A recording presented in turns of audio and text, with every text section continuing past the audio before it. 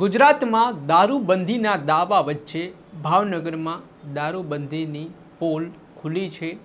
સરકાર ભેંસમાં મુકાઈ છે।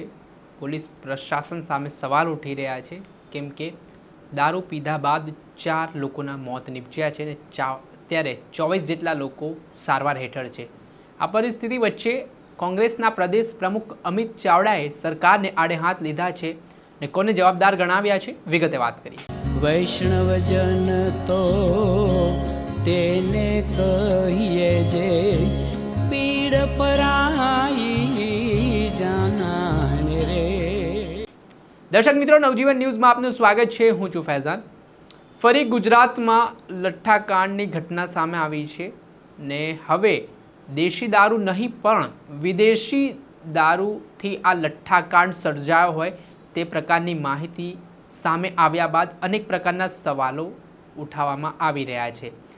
આ બાબતે ભાવનગરમાં જે વિદેશી દારૂ બાદ લઠ્ઠાકાંડની ઘટનામાં 4 લોકોના મોત નીપજ્યા છે, 24 જેટલા લોકો સારવાર હેઠળ છે ને આ પરિસ્થિતિ વચ્ચે હવે વિપક્ષ પણ મેદાને આવ્યું છે।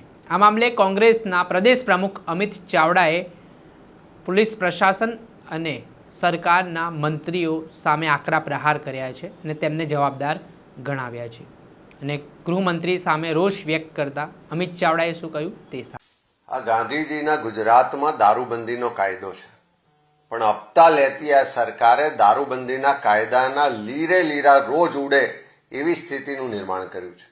પહેલા પણ અનેક વખત લઠ્ઠાકાંડ થયા, ઝેરી શરાબને કારણે અનેક વખત લોકોના જીવ ગયા। રોજ ગુજરાતની ચારે તરફથી સરહદોમાંથી પણ કન્ટેનરો ભરીને દારૂ આવે છે। દારૂની રેલમછેલ છે, ડ્રગ્સથી યુવા પેઢી બરબાદ થાય છે, પણ પેલા રીલ્સ બનાવતા ગૃહમંત્રીને એના માટેની કોઈ ચિંતા નથી, હપ્તા લેતી સરકારને એના માટેની કોઈ ચિંતા નથી। આજે ભાવનગરનો જે બનાવ સામે આવ્યો છે કે 2 લોકોના મોત થયા, આ 2 લોકોના મોત માટે જવાબદાર કોણ? ત્યાંનું સ્થાનિક પોલીસ સ્ટેશન, ત્યાંના ડીવાયએસપી, ત્યાંના એસપી, ત્યાંના રેન્જ આઈજી, ડીજીપી, રાજ્યના ગૃહમંત્રી કે મુખ્યમંત્રી? કારણ કે દારૂબંધી હોવા છતાં પણ ખુલ્લેઆમ દારૂ વેચાય, ચારે તરફ એનો વેપાર થાય, તો હપ્તા વગર તો આ શક્ય નથી।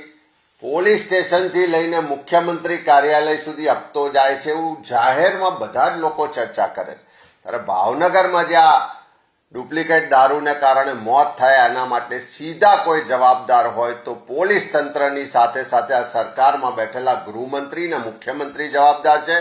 આ જ રીતે લોકો મળતા રહેશે અને ગૃહમંત્રી રીલ્સ બનાવતા રહેશે, દારૂ વેચાતો રહેશે, લોકો પીતા રહેશે, મળતા રહેશે, પણ હપ્તા લેવાવાળી સરકાર કાયદાનું પાલન નહીં કરે।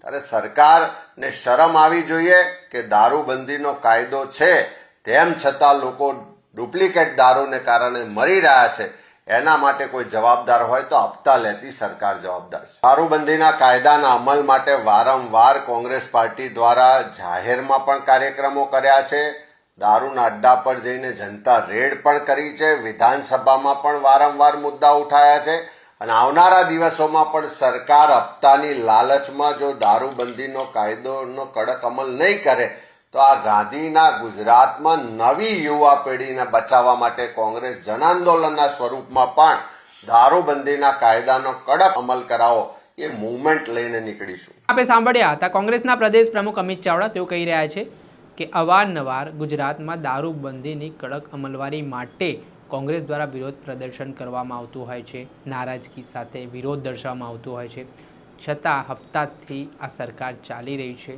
ને આમાં કોઈને કશી પડી જ ન હોય તેવી સ્થિતિનું નિર્માણ થઈ રહ્યું છે અને લોકો આવી રીતે ઝેરું દારૂ પીને મરી રહ્યા છે। દર્શક મિત્ર, આ અંગે તમારું શું માનવું છે? કોમેન્ટ બોક્સમાં તમારા અભિપ્રાય જરૂરથી જણાવજો। આવા જ વિડીયો જોવા માટે નવજીવન ન્યૂઝ જોતા રહો, લાઇક કરો અને અમારી સાથે વાત કરતા રહો।